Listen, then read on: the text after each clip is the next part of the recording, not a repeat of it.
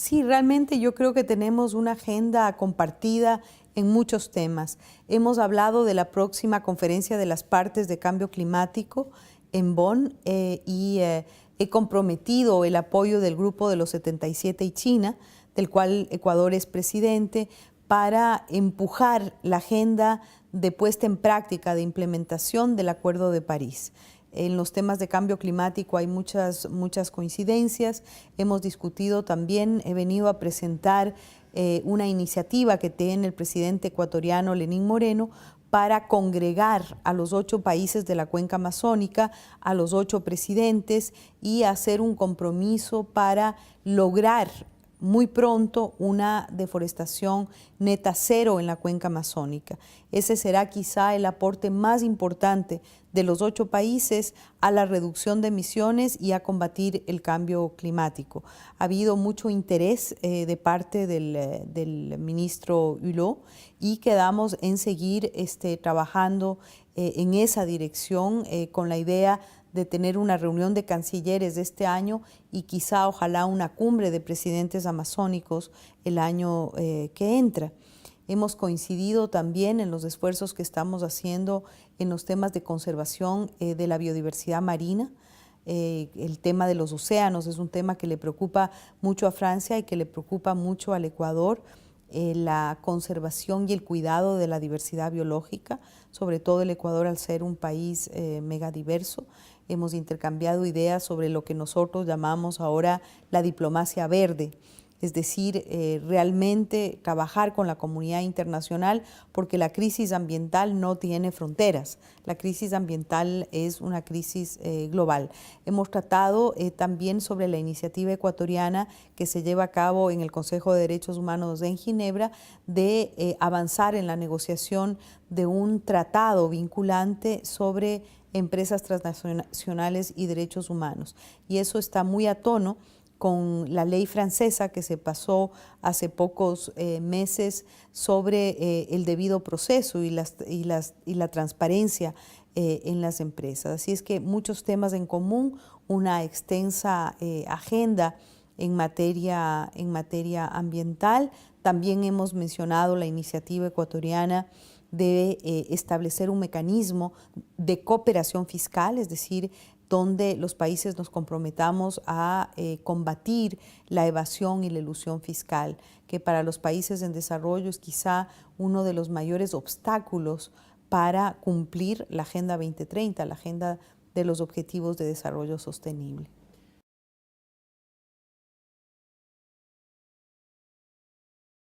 Bueno, las Naciones Unidas llevan 40 años haciendo intentos de toda naturaleza para establecer estándares y normas de comportamiento de las empresas transnacionales en relación al cumplimiento de los instrumentos internacionales de derechos humanos.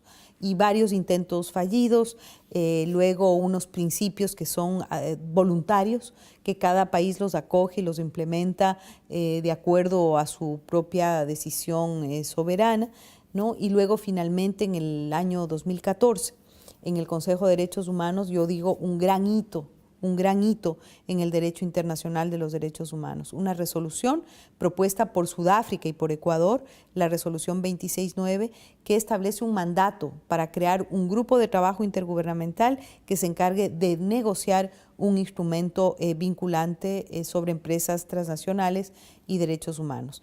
El grupo de trabajo se creó, es presidido por Ecuador. Hemos tenido 2 sesiones exploratorias donde hemos traído expertos de derecho internacional y derechos humanos de todas las regiones del mundo y ahora nos abocamos a una tercera reunión que es decisiva porque la presidencia del grupo de trabajo tiene que presentar un texto para la negociación y ahí necesitamos una amplia participación de los estados, pero también de las organizaciones de la sociedad civil. Hay cerca casi de 1000 organizaciones de la sociedad civil del mundo, ¿no?, que se han unido para apoyar el proceso de construcción de este tratado.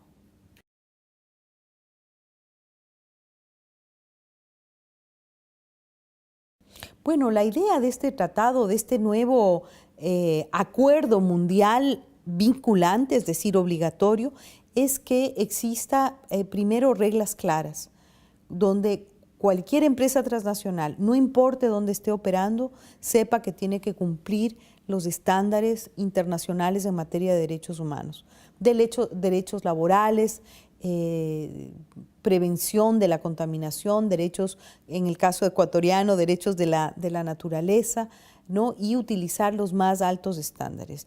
Y que si operan en China o en Bangladesh o en Alemania, operen de la misma manera, utilizando las mismas tecnologías y los mismos parámetros. Eso va a sellar esa opacidad, esa falta de transparencia, esa competencia desleal, porque las buenas empresas transnacionales a veces tienen que competir con empresas que tienen estándares más bajos. Eso va a equilibrar derechos y responsabilidades, va a equilibrar además la cancha, porque hay muchas empresas transnacionales que tienen mucho más poder y mucho más recursos que cualquier estado. Entonces aquí se trata de establecer, por ejemplo, jurisdicción clara, es decir, saber dónde se puede seguir un proceso legal en caso de una violación. Mecanismos de reparación, mecanismos de rendición de cuentas, mecanismos que permitan, por ejemplo, brindar mecanismos compensatorios a poblaciones que puedan eventualmente ser afectadas. Pero el enfoque principal de este nuevo tratado es un enfoque preventivo y disuasivo, es decir, lograr que no ocurra, que no pase, como dolorosamente ha pasado en años anteriores, y tenemos casos muy emblemáticos, como el caso de Rana Plaza en Bangladesh, como el caso de Bhopal en la India, como el caso de la Shell en Nigeria, como el caso de Chevron Texaco en Ecuador. Esas cosas ya no pueden ocurrir en el siglo XXI y para eso necesitamos reglas claras.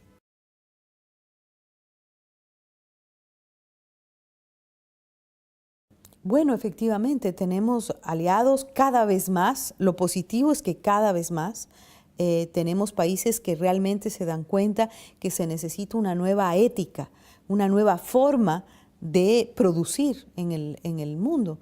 Hay estudios que señalan que el 80% de los bienes y servicios que se producen y se consumen son producidos de manera deslocalizada, es decir, de manera fragmentada.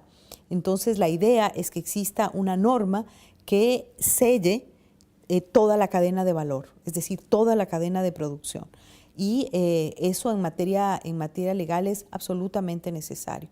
Obviamente hay países que todavía tienen reticencia, que están un poco asustados, pero creo que ya la mayoría de países están convencidos de que es necesario tener reglas claras internacionales, vinculantes, donde todos juguemos en una cancha absolutamente igual para todos. Y yo creo que cada vez eso es más necesario. Y hay una demanda que es un vacío que existe en el derecho internacional de los derechos humanos, que es el tema de la rendición de cuentas, de la transparencia, de los mecanismos de reparación y de combate a la impunidad en caso de violaciones.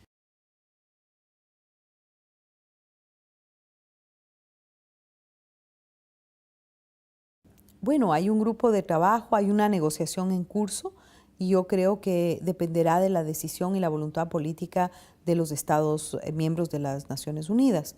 Yo creo que es fundamental que exista ese compromiso y que esto no sea un proceso diluido que tome muchísimos años, porque la necesidad de tener reglas claras en esa materia es aquí y ahora. Es decir, es urgente tener esa herramienta, ese instrumento. Como digo, que la idea es que tenga un gran poder disuasivo y preventivo sobre todo. Yo creo que hay un gran acuerdo, hay una gran sensibilidad de la sociedad civil, de las organizaciones sociales, de las organizaciones ambientales, de las organizaciones de derechos humanos a nivel planetario.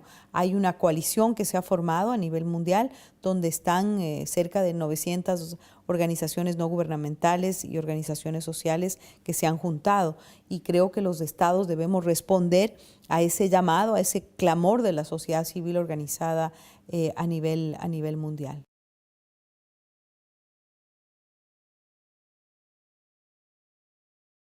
Bueno, yo creo que los esfuerzos que muchos países de la región hemos hecho están rindiendo frutos. Hay que recordar que fue en el seno de UNASUR donde se estableció una comisión de 3 expresidentes, donde está el expresidente Rodríguez Zapatero, el expresidente dominicano Leonel Fernández y el expresidente panameño Torrijos. Así es que ellos iniciaron un proceso que obviamente se topó con algunas dificultades al inicio, pero en este momento estamos yo diría, en una situación de distensión, en una situación de voluntad de ambas partes de entrar a un diálogo. Ese diálogo lo está liderando el presidente Medina de República Dominicana. Existen 2 países por el lado de la oposición, 2 países por el lado del gobierno venezolano, son 4 países hermanos de América Latina que van a facilitar ese proceso de diálogo.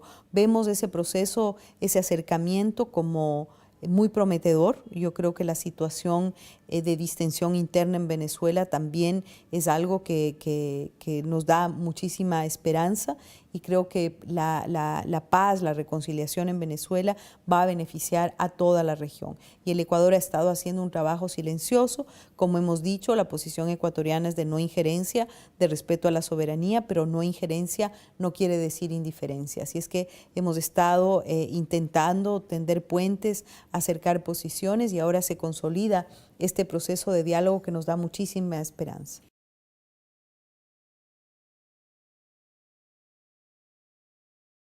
Bueno, realmente el Ecuador, una de las acciones que hizo el presidente Moreno en Nueva York es suscribir el Tratado de Prohibición de Armas Nucleares, igual que lo hicieron muchísimos países. El Ecuador tuvo un rol de liderazgo en el proceso de negociación de este tratado. Vemos que el Tratado de No Proliferación es absolutamente insuficiente. Se necesitaba avanzar en un paso para la erradicación total de estas armas de destrucción masiva que ponen en peligro la seguridad planetaria, y yo creo que ha sido comentado ampliamente el discurso y la intervención del presidente Trump en Naciones Unidas, por lo tanto no requiere ser comentado, pero creo que la orientación es un fuerte compromiso de los estados nucleares y de los estados no nucleares, de los signatarios de Tlatelolco, como somos toda América Latina y el Caribe, realmente para lograr la paz a través de un proceso de desarme total y obviamente, no solamente de desarme, sino de un verdadero compromiso de construcción de la paz. Esa es la posición de América Latina y el Caribe. Nuestros presidentes, jefes de Estado ya se pronunciaron en el seno de la CELAC declarando a América Latina y el Caribe como una zona de paz, y creo que somos una región ejemplar viendo el escenario mundial. Así es que yo creo que a veces posiciones extremas también polarizan la adhesión a procesos de paz, al desarme total, y a que más países adhieran al Tratado de Prohibición de Armas Nucleares. Yo creo que ese es el camino, ese es el sendero que pues Naciones Unidas es la casa, el espacio para ese tipo de compromisos.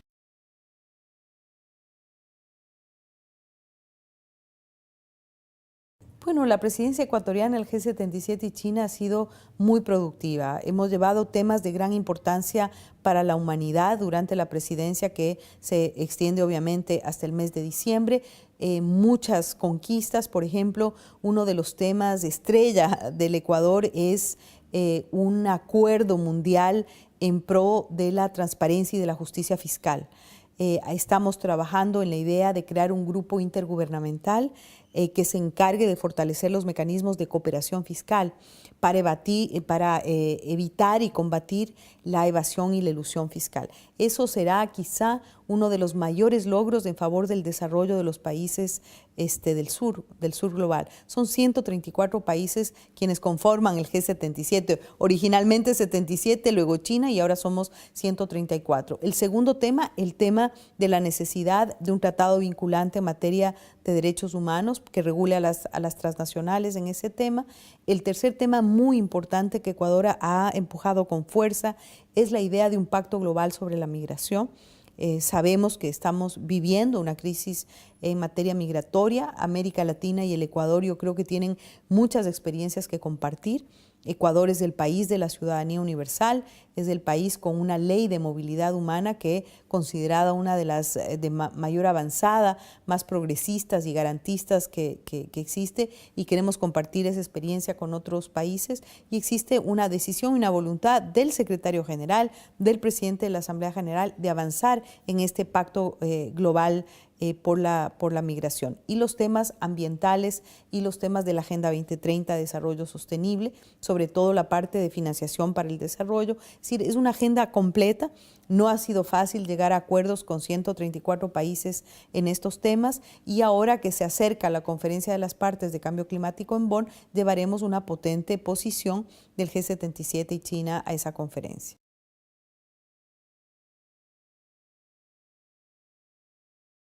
Bueno, yo diría que cada experiencia es única.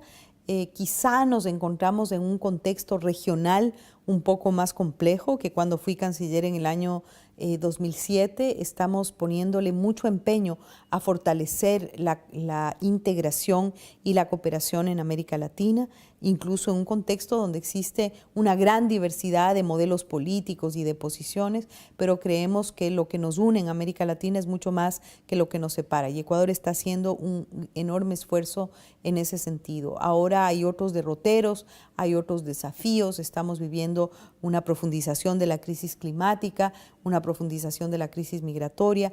Tenemos temas en agenda como el tema de la justicia fiscal para combatir la evasión y la elusión fiscal. Hay otros temas, es otro momento, pero realmente el mismo compromiso y los mismos principios que han regido la política exterior en estos años: la soberanía, la dignidad, la independencia, el buscar agendas comunes de acercamiento a todos los países, pero en particular a América Latina y el Caribe, fortalecer la integración regional.